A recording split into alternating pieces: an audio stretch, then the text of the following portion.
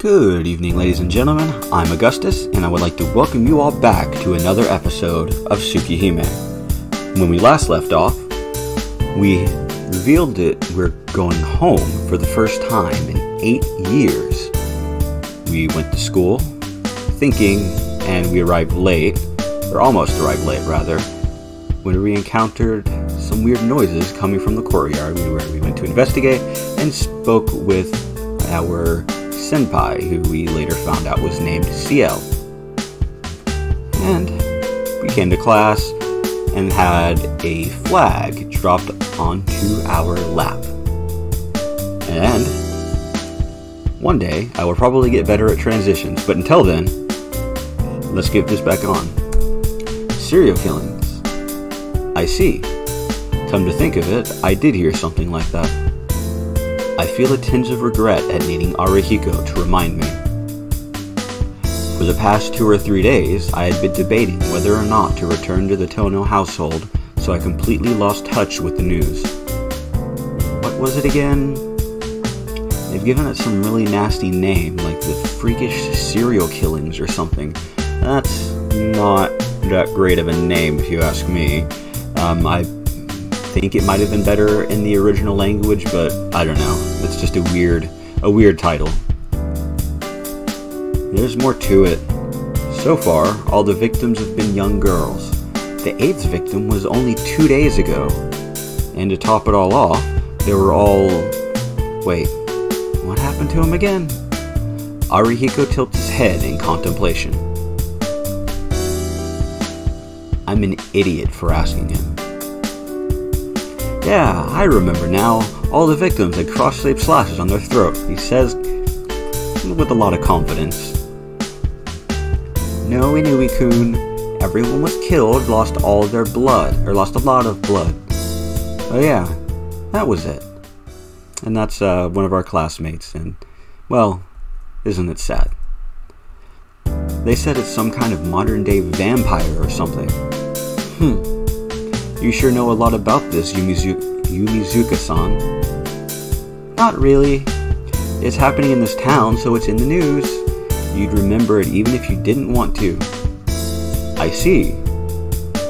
I thought it was happening in a neighboring town, but I guess it moved down here. Well, anyway, that's what happened. Even I wouldn't be going out to the streets at night with a killer walking around. That's why I've been waking up at 7 lately. What? That's it? Having a good reason doesn't make it a good story. Where's the fun in that?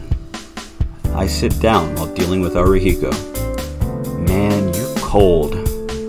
What, did you collapse from anemia already this morning? I'm alright, thanks for asking.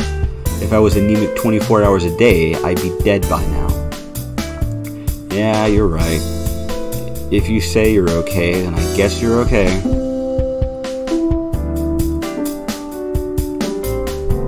The bell rings while we're talking. Hey, class is about to begin. Hurry up and get back to your seat. Yeah, alright. Oh, by the way, we'll have lunch today in the cafeteria instead of on the roof. I've invited a special guest, so look forward to it. With a scheming laugh, Arihiko returns to his seat. Actually, I need to make a note of something very quickly. See you later, Tono-kun. Yeah. Sorry for keeping you, Mizuka-san. Her light footsteps tap across the floor as she returns to her desk. But it's still a mystery to me as to why she joined our conversation. She's just our classmate.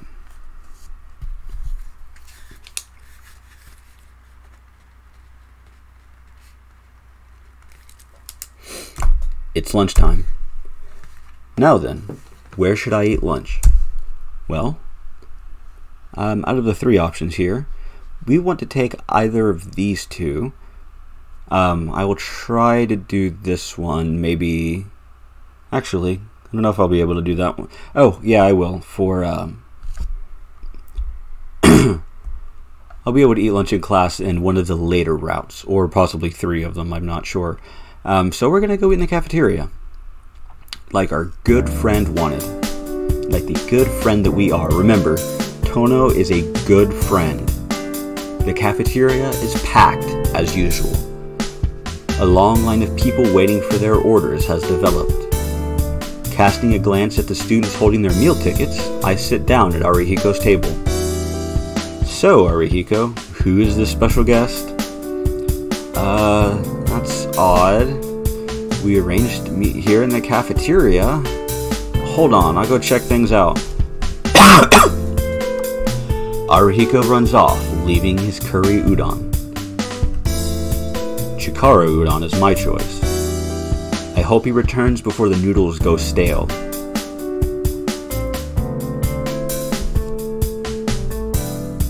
It's no good. Looks like Senpai went somewhere.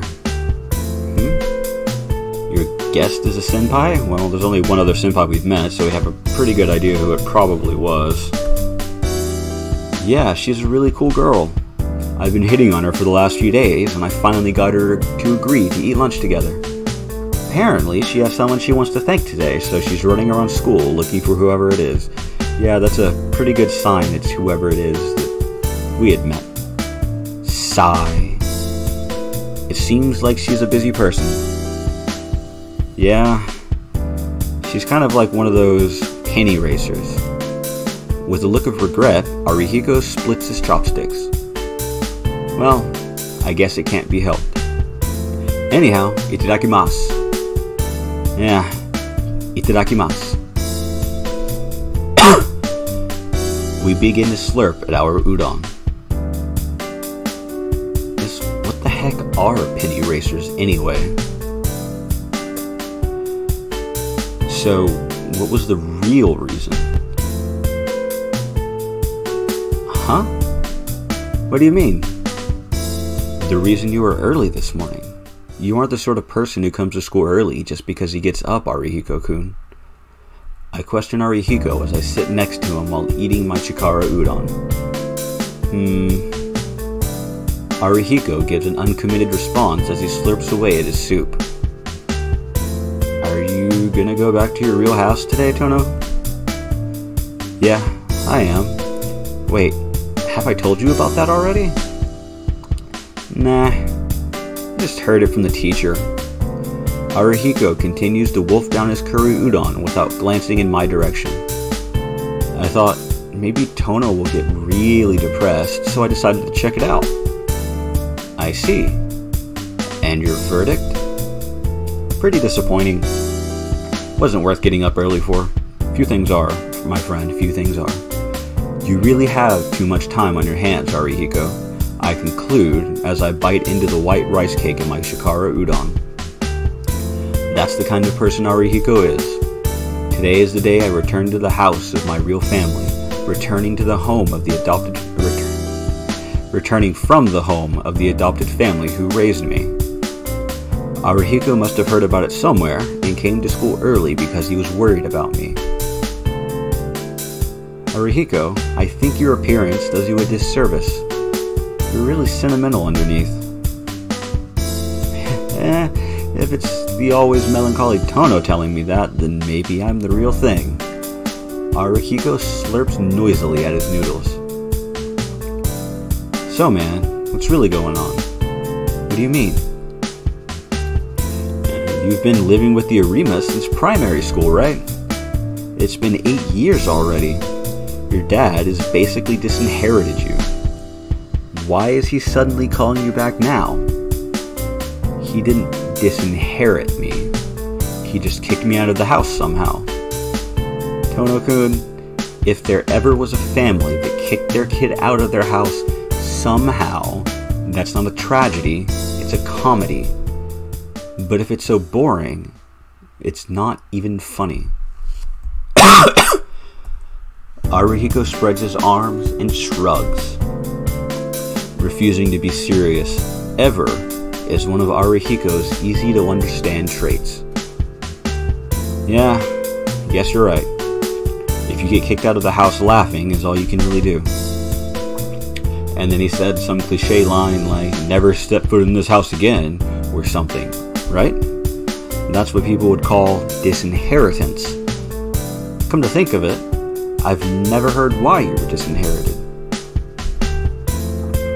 Who knows? That's something I'd like to know too. Well, if you don't want to talk about it, you don't have to. Grabbing his bowl with both hands, Arihiko drains what is left of his hot curry soup. Lunchtime is short. Following Arihiko, I decide to quickly finish my Chikara udon.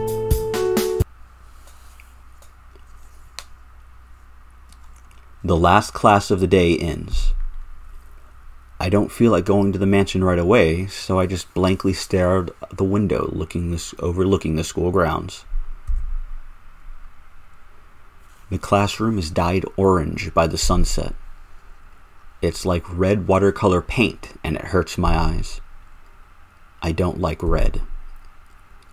It feels like it soaks deep into the back of my eyes, and I want to throw up. It seems I'm weak against things that resemble blood.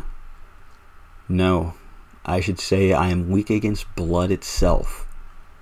8 years ago, I had a near-death experience. I was in an accident where I was injured in the chest, and I teetered between life and death for days. I should have died instantly. But, miraculously, I survived. Maybe it's because of the great medical treatment. However, However, the injuries were so severe that I don't even remember the accident. 8 years ago, when I was a child, I felt a thud pass right through the middle of my chest, then I passed out. When I woke up, I was in a hospital bed. All I could remember afterwards was the pain and the cold. I don't remember much of the accident, but even today, the scar on my chest remains.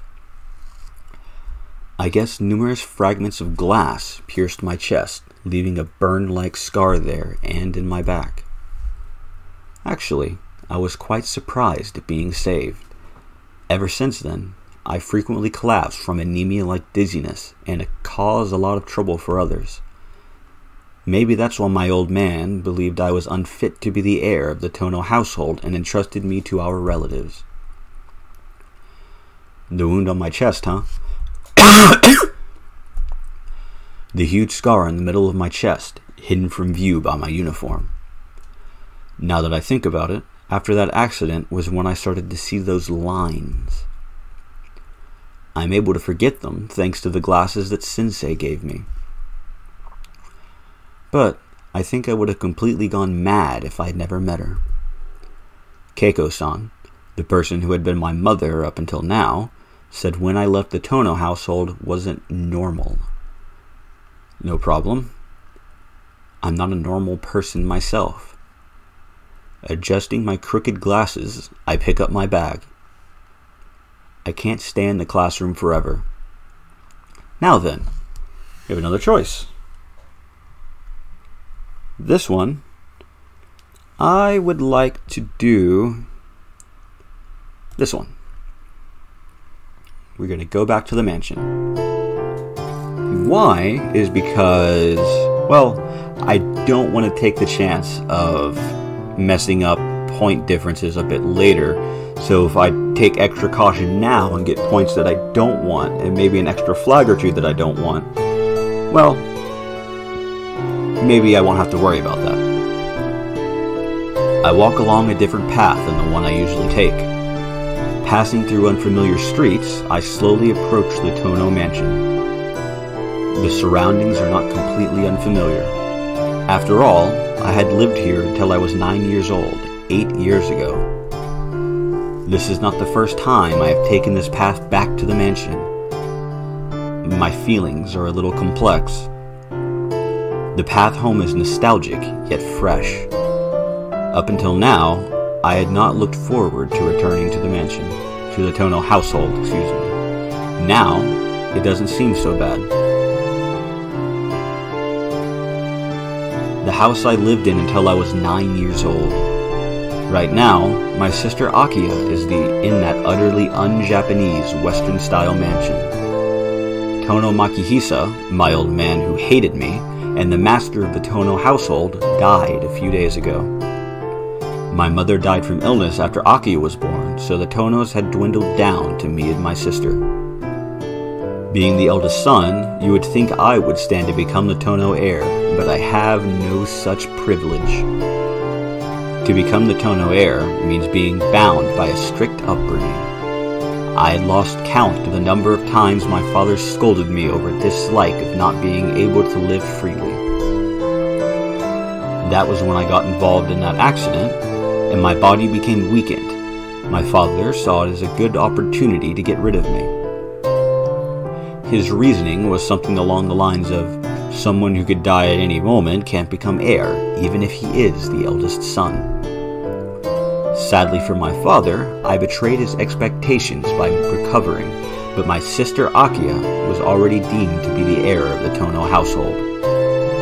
And so, I've heard that Akiya, who was already being raised harshly in order to become a proper daughter of the Tono household, received an even harsher upbringing since then. That was a long time ago.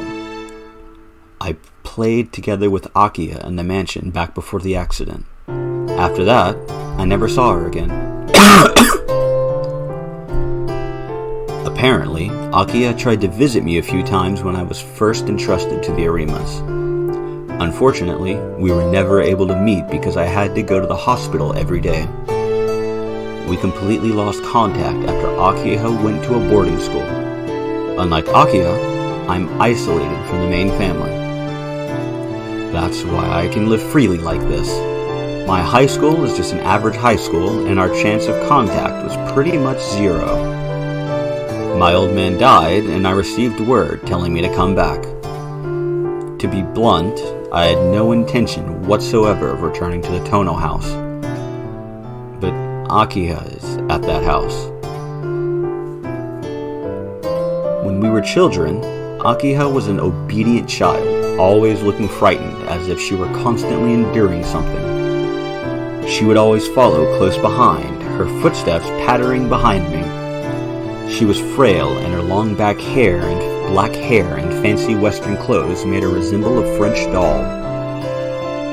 I'm worried about her living all alone in that big mansion with the old man gone. But more than anything, I feel guilty after pushing all the Tono family responsibilities on her and selfishly living a free life by myself. Perhaps my acceptance to return to the mansion is like my apology to Akiya. The Tono mansion is unnecessarily big. Surrounded by iron railings, you could say the entire lot is abnormally expansive, being so large that a whole elementary school could fit inside. The garden, surrounded by trees, is more like a forest. The mansion is at the heart of that forest, and there are a few other buildings separated from it. I didn't think anything of it when I was a child, but now that I have lived in an ordinary household for 8 years, the excessive size feels almost criminal. The gates aren't locked. I push them open and move forward towards the mansion door. They tower oppressively, bearing down on any visitors. Beside the iron double doors is an unmatching doorbell. All right. Shaking off my nervousness, I press it. There isn't any affectionate ding-dong chime from the doorbell. The oppressive silence continues on for a few seconds. Then, the sound of pattering footsteps behind the door indicates someone's presence. We have been waiting for you. The door opens with a creak. Inside lay the lobby I remembered and a young girl in an apron. Thank goodness. You're so late, I was beginning to worry that you had gotten lost. I was thinking about going out to meet you if you hadn't arrived by sunset. The girl in the anarchistic apron smiles warmly. No, I'm so taken aback by her outdated mode of dress that I can't even form a proper sentence. Perhaps attributing my hesitance to distrust, the girl tilts her head a little. You're Shiki-sama, aren't you? Yeah, but you don't have to call me Sama. You are, right? Oh, please don't scare me like that. I was beginning to think I had made another mistake back there. The girl's mannerisms are like those of a mother scolding her child. But in spite of that, there's a smile on her face, and it doesn't break the warm feeling about her. She wears an apron over a kimono. She comes out to greet guests and addresses someone like me with Sama.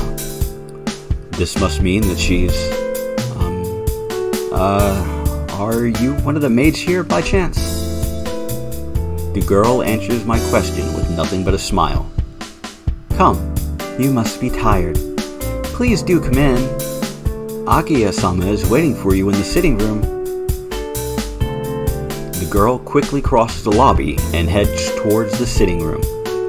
Turning back as if she had just remembered something, she makes us bow, a full smile on her face. Welcome home, Shiki-sama. And this, ladies and gentlemen, is my favorite character in this game. It won't really be revealed why as to much later. We won't get even a hint as to why until the third route through the game. As a matter of fact, the first two, she's just kind of here. But, man, her character development, well, the mansion character development, the characters in the mansion is so much better. Is so good in the third, fourth, and fifth routes of the game. But enough of that, enough of me waffling on. Her greeting is accompanied by her flower-like smile. I can't think of any reply, so I just follow her hesitatingly.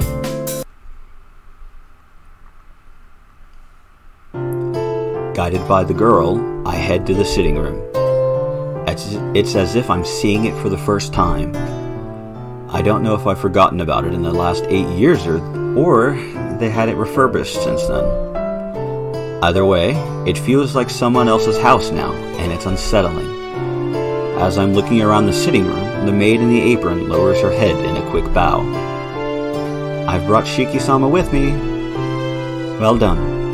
You may return to the kitchen, Kohaku. Thank you. It seems that the maid's name is Kohaku. Kohaku-san gives a small bow as if to say farewell and leaves the sitting room. That leaves me and two girls I don't recognize.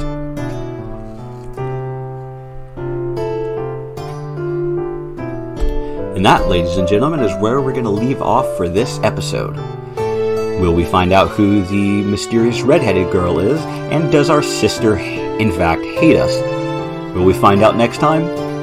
Well, we'll find out who these people are, but whether or not our sister hates us, we probably won't find out for quite a while. Regardless, I hope to see you all next time.